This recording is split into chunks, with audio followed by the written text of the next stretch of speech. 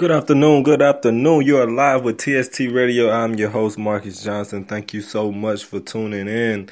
Today, we're going to get into our Game of the Week matchup later on today. That matchup will be Florida versus LSU. But before we get into that, we're going to get into some more news. Before we get into that news today, I know me and my guy Justin, we haven't been on air together in a minute. I know he's been doing his thing on Facebook Live. I've been doing mine here on speaker, but I'm going to get him to call in a minute. We've been having tied up schedules, so he's going to call in just a minute, and we're going to do this show together like we do on Sundays. So I'm going to get started until he call in. Whenever he get time to call, we'll get him plugged in, and he will carry on with us. First, out in Tuscaloosa, Reuben Foster and Jonathan Allen was named finalists in the Bronco Nagurski. I think that's how you pronounce it. Finalists. These guys are semifinalists of that award. It is mostly named. It's for the Defensive Player of the Year. That's what the caliber of the award is. Other news, Cam Robinson was selected as one of the 5 semifinalists for the Outland Award. That is the Offensive Lineman Award. Also, Jonathan Allen and Jalen Hurts was named finalists for the Walter Camp Award also. So those are some awards that are out in Tuscaloosa. Those guys are doing some great things. They're the only undefeated Power 5 team right now in the country.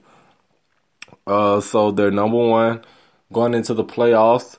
I know you've been watching the games. These guys have been playing great ball. They have Chattanooga coming in this weekend. That should be a game where they polish up things and get everything together. Right now, we have Justin calling right now. Hold on 1 second. Let's get him on.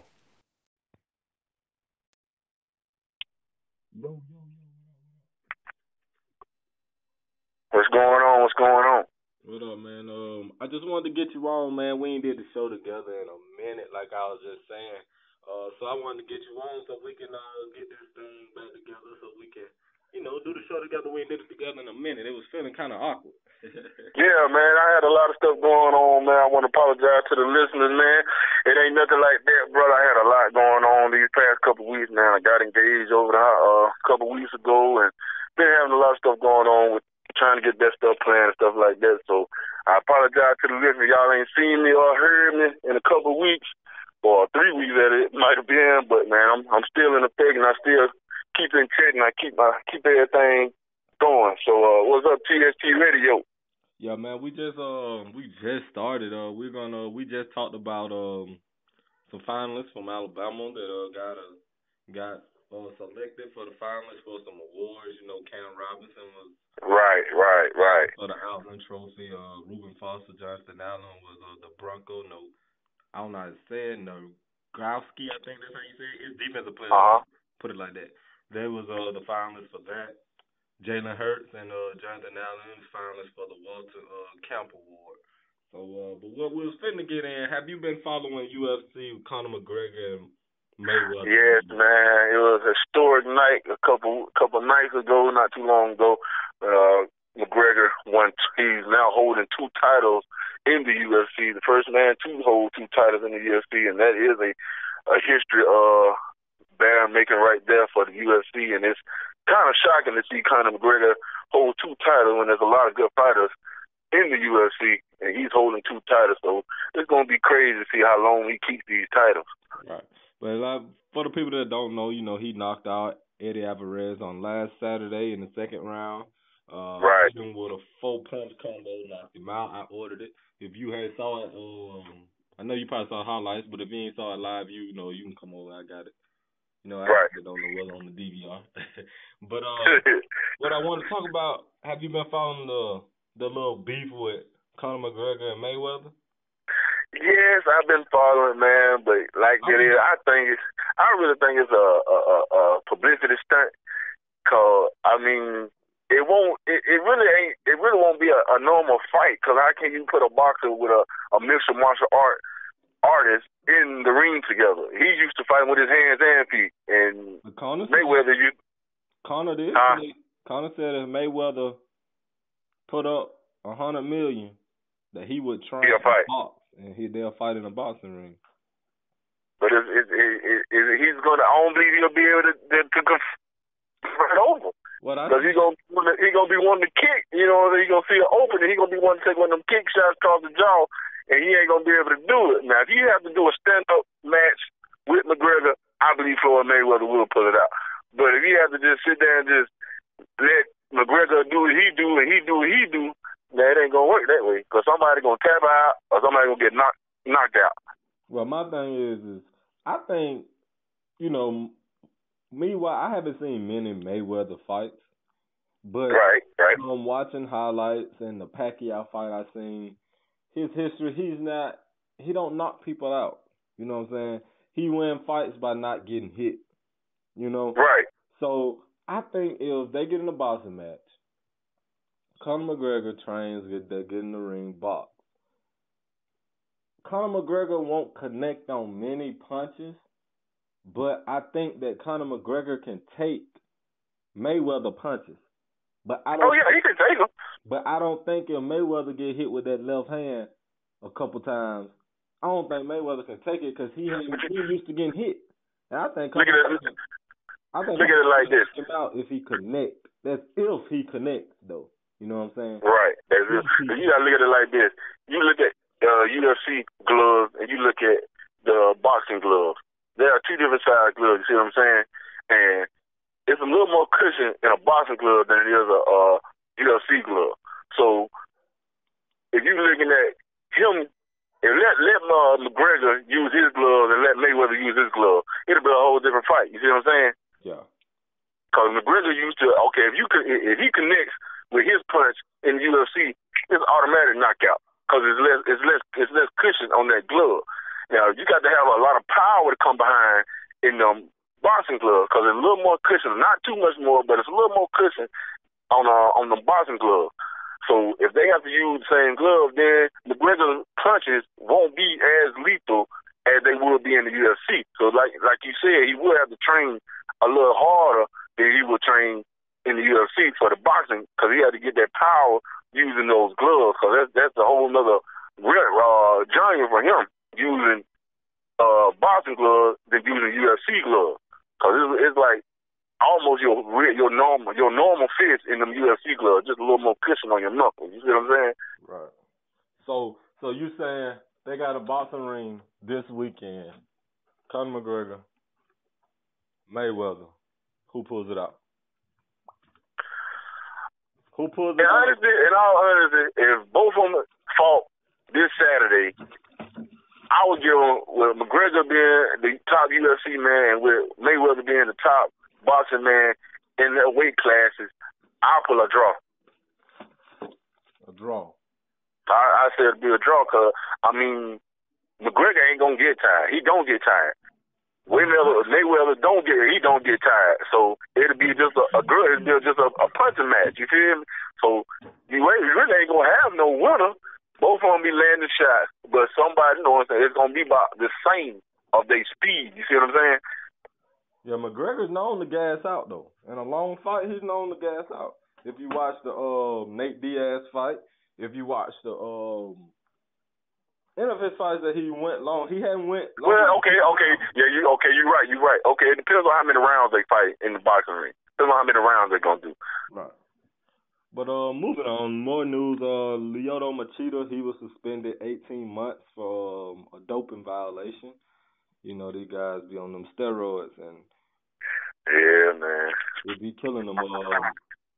More news in football, college football. Auburn has not determined yet if Sean White will play against Alabama A&M. This weekend, you know, they got Alabama A&M. How do you think that will affect Auburn with them just playing Alabama A&M? You know, Alabama A&M is not a threat, I don't think. Right. But with Sean White not there, it will be one-dimensional because John Franklin has proved he can't throw the ball. Sean White pretty much proved that he can't throw the ball against a good defense. So how would this affect Auburn to you if Sean White does not play this Saturday? this Saturday, if Sean White doesn't play this Saturday, they're losing what they had to start. You see what I'm saying?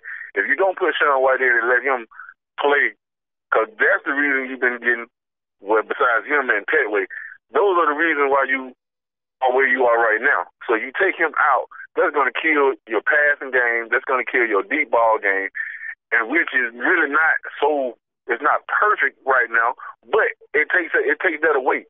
Even though Alabama is not a ranked college or nothing like that, but you still don't want to pull your starters out. You want to win. And if you don't put them in and you end up losing against Alabama A&M, then what did that really tell the rest of your fans or your coaching staff? But the reason Sean White might not play is he's hurt. He hurt his shoulder in the first or second drive of the Georgia game. He was complaining about it was sore, but the coaches felt like he gave them the best chance to win. That's what Lashley said. Even being injured, they felt like Sean White gave them the best chance to win. And, that's why he's not, they're determining not him. He's not playing because he's injured. Well, if that's the reason, then yeah, sit him down because you're going to need him for the Alabama game. You're going to need him for the Alabama game. You feel you got a little confidence in your third string quarterback or your second string quarterback, then hey, sit him down. That way you want your number one guy for the rivalry game coming up next Saturday. You're going to need him. If you let him play this Saturday and he ends up hurting himself worse than what he already is, then you don't have him for the big game, and then it's already going to make it. It's going to even be worse. You see what I'm saying? But it's going to be worse than what it already is going. It's going to be worse anyway. So if you don't put him in, then it's going to be 10 times worse than you not even having him at all. So I'd rather you, like you said, I'd rather you sit him down now on this game and give him a chance, which really means that you really have to win Saturday. And if you end up losing, it really doesn't matter if you left him out or put him in anyway. But let's just say Alabama A&M comes out and play a football game like Jacksonville State did this year. If they do that, then you go because you played. You don't have nobody. You don't. I mean, you just got to play with what you got. You played Georgia. You didn't get a first down in the second half, and you didn't get a quarterback change. So that shows you don't have confidence in nobody on the bench. So just say you're looking at two guys. You're looking at Petway, and you're looking at Sean White to carry your team. But that's another. And if both of those guys are hurt, then you have nobody. You have nobody else to turn to. So if you have no. Petway is hurt. He's not playing. He's ruled out. He's not playing. Well, I mean, you have no other choice. You have nothing to even, come close to even coming to it. I wouldn't understand it. So with Petway out, you say White gotta play, injured or not? White has to play. If Petway is out, White has to play. But if White got to sit out, then Petway is out, then you have no other choice to just take a L. What's going on with you, bro? Okay, so that's how I see it also. I think they need to substitute Petway's running with John Franklin III. I think, like, against Georgia, John Franklin III should have been running the football. He should have got the game. So they need to try to substitute Petway's running with John Franklin III mixed with a little Kerryon Johnson. Because if you look at the Georgia game in the first half, they was killing Georgia on the outside with the jet sweeps and little things like that. So with you running jet sweeps, then run some quarterback options off of it, I think they could put up more rushing yards at least. And passing, I don't know where the passing gonna come from. I wouldn't throw the ball. I wouldn't throw no deep ball if you're gonna have that type of backfield. You're not looking for the deep ball because that's not your passing game. You're looking, if you're gonna put those guys in the backfield, you're looking for use more rushing yards than passing yards. If you're gonna use them in the backfield, you want to do little short routes coming across the middle or drag across the middle or a little 5 and out or something like that to get little yardage. You don't want to put that man in a situation that he has to throw throw a deep ball when he's not used to throwing a deep ball in a game like that. You see what I'm saying? Right. So if you were to put those guys in the backfield, I would use that option or that jet sweep or running off that tackle or something like that to get your yardage. Right. Okay. Well, moving on. Other news. Well, before we move on, Auburn plays Alabama A&M. I think Auburn will pull that out. Your prediction? It's a toss-up to me, man, because with the way Auburn is playing, I really can't say they are going to win. Like, I was looking for them to win against Georgia, but like I told a couple more guys that I talked to about it, you got to realize you have Kirby Smart over there at Georgia. Kirby Smart already knows the offense, pretty much knows their defense, so he was already prepared. He was prepared for them last year when we played against them when he was at Alabama. So he already knew what he was up against. So he proved everybody wrong that he can play. You know what I'm saying? He shut Auburn all the way down in the second half. They didn't do nothing. So, yes, Alabama A&M is not a top 10 college or whatever you want to call it. But with the way Auburn been playing, it's kind of a toss-up to me. I would say if I had to pick a team, I would pick Auburn. Okay. So we got it. Both of us think Auburn is going to pull this out. Right. Moving on, some NFL news. 2017 class of Hall of Fame will consist of great running back LaDainian Thompson, Hines Ward, Jason Taylor, Brian Dawkins. All four of these guys are first-year eligibility. All of them are they have a very good chance of being nominated in the Hall of Fame this year. So that's great news for them. Other people that's in there, you got Ty Law. You remember Ty Law played for the Patriots. You got Terrell Owens. I'm surprised that they don't even put him on the ballot. Right. They hated him when he played. Torrey Holt, wide receiver for the St. Louis Rams. John Lynch, safety for the Buccaneers back in the day. Isaac Bruce and Kurt Warner both played for the Rams. So really, I would like to see all of them get in, but everybody can't get in. But this is a great list. It's a 22. It's an outstanding group. This is a good group right here, 2017. That's a lot of everybody you name. I think pretty much broke records while they was right. They pretty much broke a lot of records in their time in the NFL. So that's a great group. Right. Before we go, we're gonna get into the game of the week. TST Radio game of the week will be this week. Will be Florida versus LSU. LSU coming in as a big favorite. They turned their season around after Les Miles was fired. They started off the season very, very slow. People thought they would have a big season, but they started off slow. Les Miles was fired. Coach Orgeron came in, kind of turned it around. They benched Brandon Harris. Etlin came in. He kind of helped turn it around. Some little on this game, Florida and LSU was supposed to play weeks ago if you was following it. But, the storm came along. Yeah, the storm came and they had to push it back. Yeah, they were supposed to play on October the 8th, but they will play this weekend. It was originally scheduled to play in Gainesville, but now they're playing it in Louisiana at Tigers Field at Death Valley. So I think that's going to play a big factor too. Yeah. Death Valley is a hard place to play. Death Valley is if anybody listening, and you're a college fan, if you know football, anybody who ever played in Death Valley always have a struggle. It's not, you can't just go in there and just push these guys around. That is their home field. They're going to defend it. And it's a hard, like, take for instance, Alabama and LSU. Even though it was a shutout game, it was a hard-fought game. It's in Death Valley. You're going to have to fight for that win. And going to Death Valley with Florida and LSU, I believe LSU is going to pull that out. That's just my prediction. And LSU, going to LSU. I think Florida is pretty much going to have to play a perfect game on the offensive side. They're going to have to. Their defense, they're going to have to. Their defense has been stellar this year. LSU, they're going to come in and want to run the football with Fournette and Geis. Right. That's what they're going to do. So Florida, they can do other things, but they're going to give the ball to Fournette and Geis. So, Right. but Florida's defense has came in and proven to be very stout this year. Last week they played South Carolina, held them to only 7 points.